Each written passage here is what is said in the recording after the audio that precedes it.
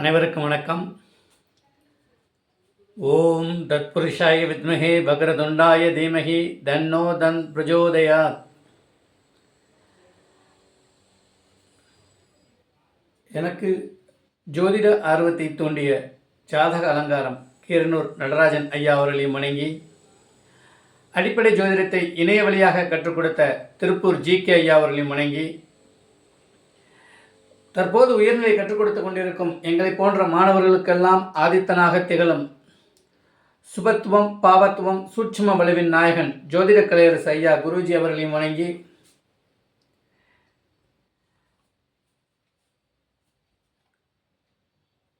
எனது மானசீக குருநாதர் மகாலட்சுமி ஜோதிடம் ஸ்ரீராம்ஜி ஐயா அவர்களையும் வணங்கி, யூடியூப்பில் வீடியோ போட எமக்கு உத்வேகம் அளித்த மதுரை சாய் செல்வம் ஐயா அவர்களையும் வணங்கி, இன்றைக்கி நம்ம ஒரு ஜோதிட பதிவை பார்க்க போகிறோம். இப்போ இன்றைக்கி நம்ம பார்க்க போகிற ஜோதிட பதிவு என்னென்னா, உங்கள் ஜாதகம் யோக ஜாதகமா அப்படின்ற அமைப்பில். பிறக்கும்போது எல்லாரும் யோகத்தினுடன் பிறந்து விடுவதும் கிடையாது, எல்லாரும் அவயோகத்திலும் பிறப்பது கிடையாது. அவரவரின் பூர்வ புண்ணிய கர்ம விதிப்படி சிலர் சொகுசாகவும் சிலர் கஷ்டப்படக்கூடிய அமைப்பும் இந்த பிரபஞ்சம் நமக்கு கொடுக்கிறது. இன்றைக்கி நம்ம பார்க்க போகிறது உங்கள் ஜாதகம் யோக ஜாதகமா. யோகம்னா முதல்ல என்ன? கிரக சேர்க்கை, கிரக பார்வை, கிரக இணைவு அப்படின்னு சொல்கிறது தான் யோகங்கள் அப்படின்ற சொல்கிறோம். ஒரு ஜாதகத்தில் சுபயோகங்களும் உண்டு, அவயோகங்களும் உண்டு. அவரவரின் பூர்வ புண்ணிய கர்மப்படி அது நடக்கும். ஒரு ஜாதகத்தில் எவ்வளவுதான் யோகங்கள் சிறப்பானதாக இருந்தாலும் அந்த யோக கிரகங்களின் தசாபுத்தி நம்மளுடைய வாழ்நாளில் ஒரு பருவ வயதில் வரணும். அப்போ தான் அந்த யோகத்தை நம்மளால் அனுபவிக்க முடியும். அதற்கு அடுத்தபடி அந்த யோகத்தை நம்ம பெற்றுக்கொள்ளக்கூடிய அமைப்பில் நம்மளோட லக்னாதிபதி வலுவாக இருக்கணும். அதற்கு அடுத்தபடியாக லக்னமும் பாவர்களோட சூழ்கை இல்லாமல் சுபர்களின் தொடர்பில் லக்னமும் வலுவாக இருக்கணும். அதற்கு அடுத்தபடியாக லக்கண காரகன் அப்படின்னு சொல்லக்கூடிய சூரியனும் வலுவாக இருக்கணும். அதற்கு அடுத்தபடியாக லக்கண புள்ளி விழுந்திருக்க லக்கணத்துக்கு சாரம் கொடுத்த சாரநாதனும் வலுவாக இருக்கணும். அதற்கு அடுத்தபடியாக நாம் பார்க்கணும்னா ராசி வலுவாக இருக்கணும். ராசிநாதனும் வலுவாக இருக்கணும். சந்திரன் ஒளிபொருந்திய சந்திரனாக வளர்பிறையை நோக்கி இருக்கக்கூடிய அமைப்பில் இருக்கணும். லக்னாதிபதி திரிகோணங்கள் என்று சொல்லக்கூடிய 1, 5, 9 இது போன்ற பாவங்கள் அமர்ந்து வலுப்பெற்றிருக்கணும். ஒருவேளை லக்னாதிபதியாகவே இருந்தாலும், இப்போ சொல்லப்போனால் இயற்கை பாவரான சனி செவ்வாய் லக்னத்தில் அமர்வது அவர் ஒரு சிறப்பான அமைப்பை தராது. ஒருவேளை அவர்கள் லக்னத்தில் அமரும் போது குரு சுக்கிர தொடர்புகளை பெற்றிருக்கும் போது அங்கே லக்னமும் லக்னாதிபதியும் வலுப்பெறக்கூடிய ஒரு அமைப்பு. ரெண்டாவது, ஒரு ஜாதகம் முழுமையான பலன்களை நமக்கு அனுபவிக்கணும்னா ஒளி கிரகங்களான சூரிய சந்திரன் எந்த நிலையிலும் கெட்டிருக்கக்கூடாது. அப்போ ஒரு ஜாதகத்தில் எல்லா கிரகங்களும் வலுப்பெற்றிருந்தாலும் அதுவும் சிக்கல் தான். 6, 8, 12 கூடிய கிரகங்கள் வலுப்பெற்றிருந்தாலும் அதுவும் சிக்கலை கொடுக்கக்கூடிய ஒரு அமைப்பு தான். அப்போ நம்ம லக்னத்துக்கு யோகாதிபதிகளும் இயற்கை சுவர்களும் வலிமை பெற்று நல்ல அமைப்பில் இருக்கும்போது யோகங்களை நம்மளால் அனுபவிக்க முடியும். பாவர்கள் சனி செவ்வாய் அப்படின்ற அமைப்பில் உள்ளவங்க நேரடி வலுப்பெறாமல் மறைந்து சுபத்துவமாக இருந்து தசை நடத்தினா நமக்கு இன்னமும் யோகத்தை கொடுக்கணும். குறிப்பாக ஒருவேளை நமக்கு லக்ன அவயோக தசைகளே வருது, ஒரு ஜாதகத்தில் மற்ற யோகங்கள் இருந்தாலும் நம்மளோட பிறந்த அமைப்பின்படி சில நட்சத்திர அமைப்புப்படி நமக்கு லக்ன அவயோக தசைகளே வருமாயின் அவர்கள் சுபத்துவமாக இருந்து தசை நடத்தும் போது பெரிய குழப்பங்களை கொடுக்கக்கூடிய அமைப்பில் இல்லை. எந்த நிலையிலும் நம்மளோட லக்னமும் லக்னாதிபதியும் வலுவாக இருந்தால்தான் நம்ம யோகங்களை அனுபவிக்க முடியும். ஒருவேளை லக்னாதிபதி வலுவாக இருந்து லக்னம் பாதிக்கப்பட்டிருக்கும் போது நாம் நல்ல ஒரு பொருளாதாரமான அமைப்பில் இருக்கக்கூடிய அமைப்பை கொடுக்கும், ஆனால் நம்ம குடும்பங்கள் கொஞ்சம் கஷ்டப்படக்கூடிய அமைப்பை தான் கொடுக்கும். ஒருவேளை லக்னம் வலுத்து லக்னாதிபதி வலுவில்லாமல் இருக்கும்போது நாம் என்னதான் ஊரை சுற்றிக்கிட்டு ஜாலியாக தெரிஞ்சாலும் நம்மளோட குடும்பம் வலுவாக இருக்கும். அதுவும் ஒரு வகையில் யோகம்தான். கஷ்டப்படாமல் ஊருக்கு வேலை வெட்டிக்கு போகாமல் வீட்டில் காசு கொடுப்பாங்க, செலவுக்கு கார் வாங்கி கொடுப்பாங்க, பைக் வாங்கி கொடுப்பாங்க. அதை வச்சுட்டு ஒரு சித்தப்படி இதுவும் ஒரு வகையில் யோக அமைப்பு தான். அதற்கு அடுத்தபடியாக ஆரம்பத்தில் முதல்ல நமக்கு என்ன யோகம் அப்படின்ற அமைப்பில் நம்ம பார்க்கும்போது ஆரம்பத்தில் உணவு, நல்ல கல்வி, இருக்க வீடு, இது போன்ற அமைப்புகள் சின்ன குழந்தைகளில் கிடைக்கும்போது அது ஒரு யோகம். அதற்கு அடுத்தபடியாக படித்து முடித்தவன் நல்ல வேலை, திருமணம், குழந்தை அமைப்புகள், தொழில் அமைப்புகள் அடுத்தடுத்து நமக்கு தடையே இல்லாமல் வரக்கூடிய அமைப்பு. அதற்கடுத்து நல்ல தசாபுத்திகள் நடக்கும்போது அஷ்டமச்சனி சென்மச்சனி வந்தாலும் அந்த அஷ்டமச்சனியும் சென்மச்சனியும் நமக்கு பாதிப்பு கொடுக்காத நிலையில் இருக்கிற மாதிரி அமைப்புகளில் வர்றவங்க உண்மையிலேயே தெய்வாம்சம் பொருந்திய அமைப்புகளாகத்தான் பிறக்கக்கூடியவர்கள். ஒரு ஜாதகத்தை நம்ம முதல்ல ஆராயும் போது அவரோட லக்னமும் லக்னாதிபதி எந்த அமைப்பில் இருக்காங்க, அதற்கு அடுத்து ராசிநாதன் எப்படி இருக்காங்க, என்ன தசாபுத்தி நடக்குது, யோகத்தை கொடுக்கக்கூடிய அமைப்பில் இருக்கா, அவயோகத்தை கொடுக்கக்கூடிய அமைப்பில் இருக்கா அப்படின்னு பார்க்கணும். சில பேரெல்லாம் கேட்டோம்னா கடைசி வரைக்கும் நான் பிறந்ததுலேருந்து வாழ்நாள் முழுக்க கஷ்டம்னா என்னென்னு எனக்கு தெரியாது, ஏதோ அஷ்டமச்சனின்னு சொல்கிறாங்க, 7.5 சனின்னு சொல்கிறாங்க, அதெல்லாம் எனக்கு வந்ததும் தெரியாது போனதும் தெரியாது அப்படின்ற அமைப்பெல்லாம் நிறைய பேர் சொல்லுவாங்க. அப்போ அவர்களோட ஜாதகத்தில் அங்கே சனி சுபத்துவமாக இருப்பார், சந்திரனும் ஒளிபொருந்திய அமைப்பில் நன்றாக இருக்கும், பூர்வ புண்ணியஸ்தானமும் நல்ல அமைப்பில் இருக்கும், தசைகள் எல்லாமே ஒரு கெடுதல் செய்யக்கூடிய அமைப்பில் தசைகள் நடந்துக்கிட்டு இருக்கும். அந்த மாதிரி அமைப்பில் இருக்கும்போது அது யோக ஜாதகம் அப்படின்னு நாம் பார்த்துடலாம். ஒரு குழந்தை பிறந்த உடனே நமக்கு அந்த பேர் என்ன நட்சத்திரப்படி வைக்கலாம் அப்படின்னு பார்க்க வரும்போதே நம்மளால் கிடைத்து விடலாம், இது ஒரு யோக ஜாதகம், வாழ்நாள் முழுக்க இவர் கஷ்டப்படாமல் சொகுசாக வாழக்கூடிய அமைப்பு. அப்போ சொகுசாக வாழணும் அப்படின்னா அதற்கு சுக்கிரனோட தயவும், பணங்காசு பொருளாதாரத்தோடு வாழணும்னா அதுக்கு குருவின் தயவும், நல்ல மனோதைரியத்தோடு வாழணும்னா அதுக்கு சந்திரனோட தெளிவும், திடகாத்திரமாக எந்த ஒரு முடிவையும் சுயமாக எடுக்கக்கூடிய அமைப்பில் இருந்தால் லக்னமும் சூரியனோட தயவு நமக்கு தேவை. நல்ல அறிவுபூர்வமானவனாக இருக்கணும்னா புதனோட வலுவு தேவை. நல்ல பராக்கிரமாக எந்த பிரச்சனையும் பேஸ் பண்ணக்கூடிய அமைப்பில் இருக்கக்கூடிய அமைப்பில் இருக்கும்போது நமக்கு செவ்வாயின் வலுவும், நல்ல ஆயுளோட தர்ம கர்ம காரியங்களை செய்யக்கூடிய அமைப்பில் நாம் இருக்கும்போது சனியின் வலுவும் நமக்கு தேவைப்படுது. இப்போ இன்றைக்கி நம்ம பார்க்க போகிறது இது ஒரு உதாரண ஜாதகம்.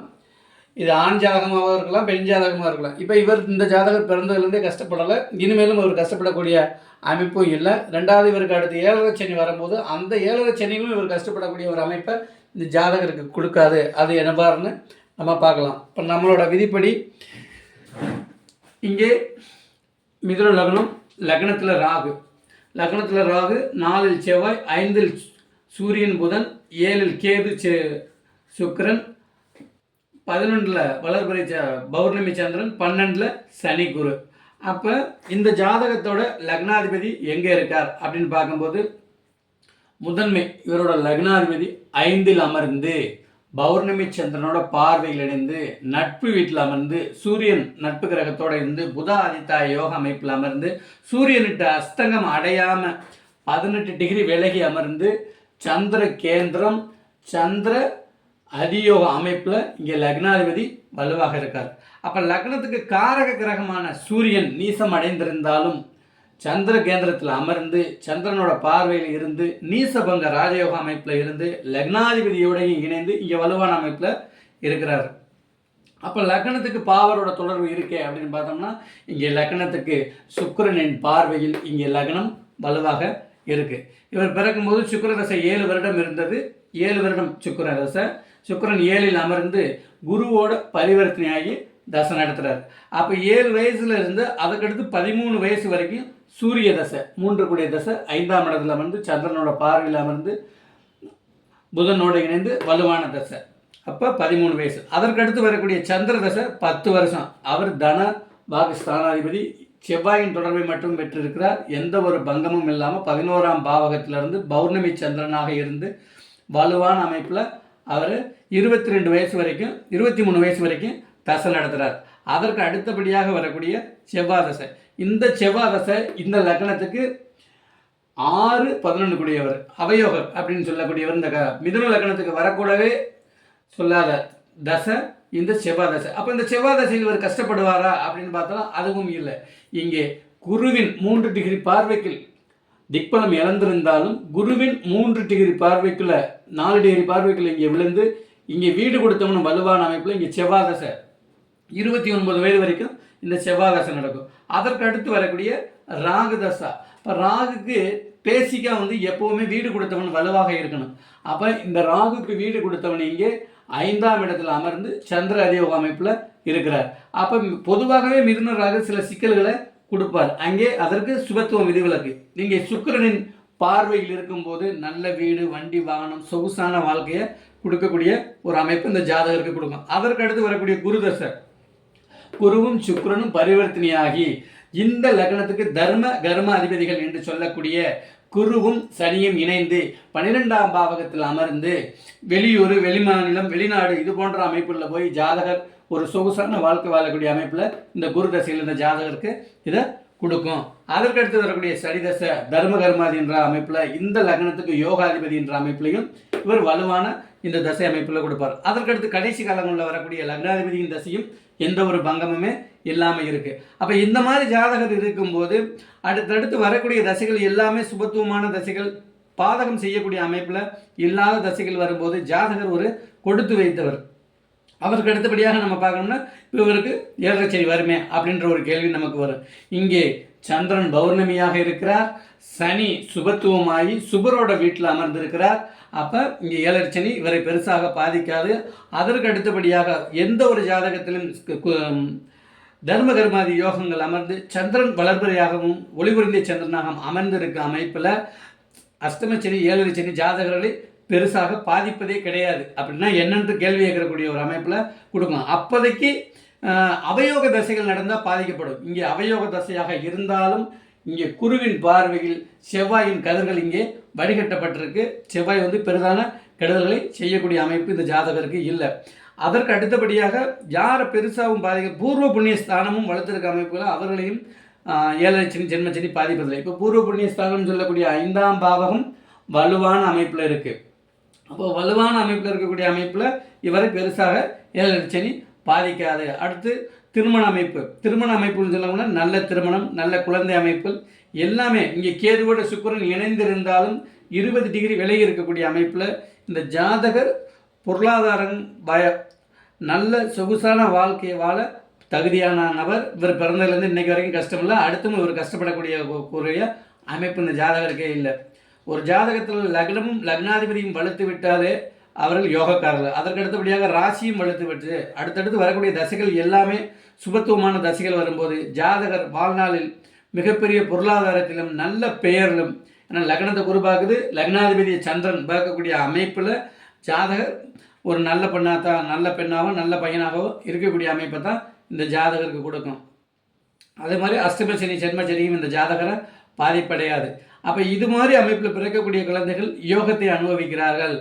பிறந்ததுலேருந்து கடைசி வரைக்கும் சொகுசாக வாழ்ந்துட்டு போயிடுவாங்க. கஷ்டம்னா என்ன அப்படின்ற அமைப்பு இந்த தெரியாது. இப்போ இந்த ஜாதகருக்கு இளைய சகோதரம் இருக்கா அப்படின்னு பார்த்தோம்னா இளைய சகோதரமும் இருக்க வாய்ப்புகள் கிடையாது. ஏன்னா 3ஆம் அதிபதி நீசமாகி அதன் பிறகு தான் பங்கம் அடைஞ்சிருக்கிறார்.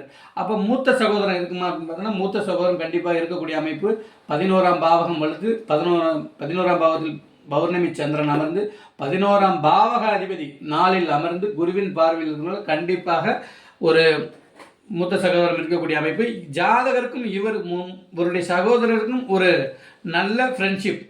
அண்ணனுக்காக தம்பி விட்டு கொடுக்க முடியாது, தங்கச்சி விட்டு கொடுக்க முடியாத அமைப்பு, அக்காவுக்காக தம்பி விட்டு கொடுக்க முடியாத இந்த மாதிரி அமைப்பு. காரக கிரகமான செவ்வாயும் கெடலை, அப்போ அந்த பாவகமும் கெடலை, அந்த பாவக அதிபதியும் கெடாத போது இவர் அண்ணன் தம்பி அக்கா தங்கச்சியோட ஒரு சந்தோஷமாக இருக்கக்கூடிய ஜாதகம். இதுதான் ஒரு யோக ஜாதகம். லக்னம் சற்று பங்கப்பட்டிருந்தாலும் அதற்கு இங்கே சுக்கிரனின் பார்வை விதிவிலக்கு. லக்னத்தை சுக்கிரன் பார்க்கும்போது எந்த மாதிரி இருக்கும், ஜாதகர் அழகாக இருக்கக்கூடிய ஒரு அமைப்பை ஜாதகருக்கு கொடுக்கும். மீண்டும் ஒரு ஜோதிட பதிவில் நாளை சந்திப்போம்.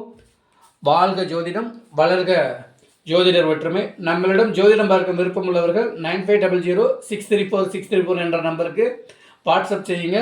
நம்மளோட சேனலை சப்ஸ்கிரைப் பண்ணுங்கள். ஜாதகமும் திருக்கணித பஞ்சாங்கத்தால், அதாவது கோவை வாசன் சுத்த திருக்கணித பஞ்சாங்கத்தால் சாதகமும் எழுதி கொடுக்கப்படும். விருப்பம் உள்ளவர்கள் நம்மளோட வாட்ஸ்அப் எண்ணை தொடர்பு கொள்ளுங்கள். நன்றி, வணக்கம்.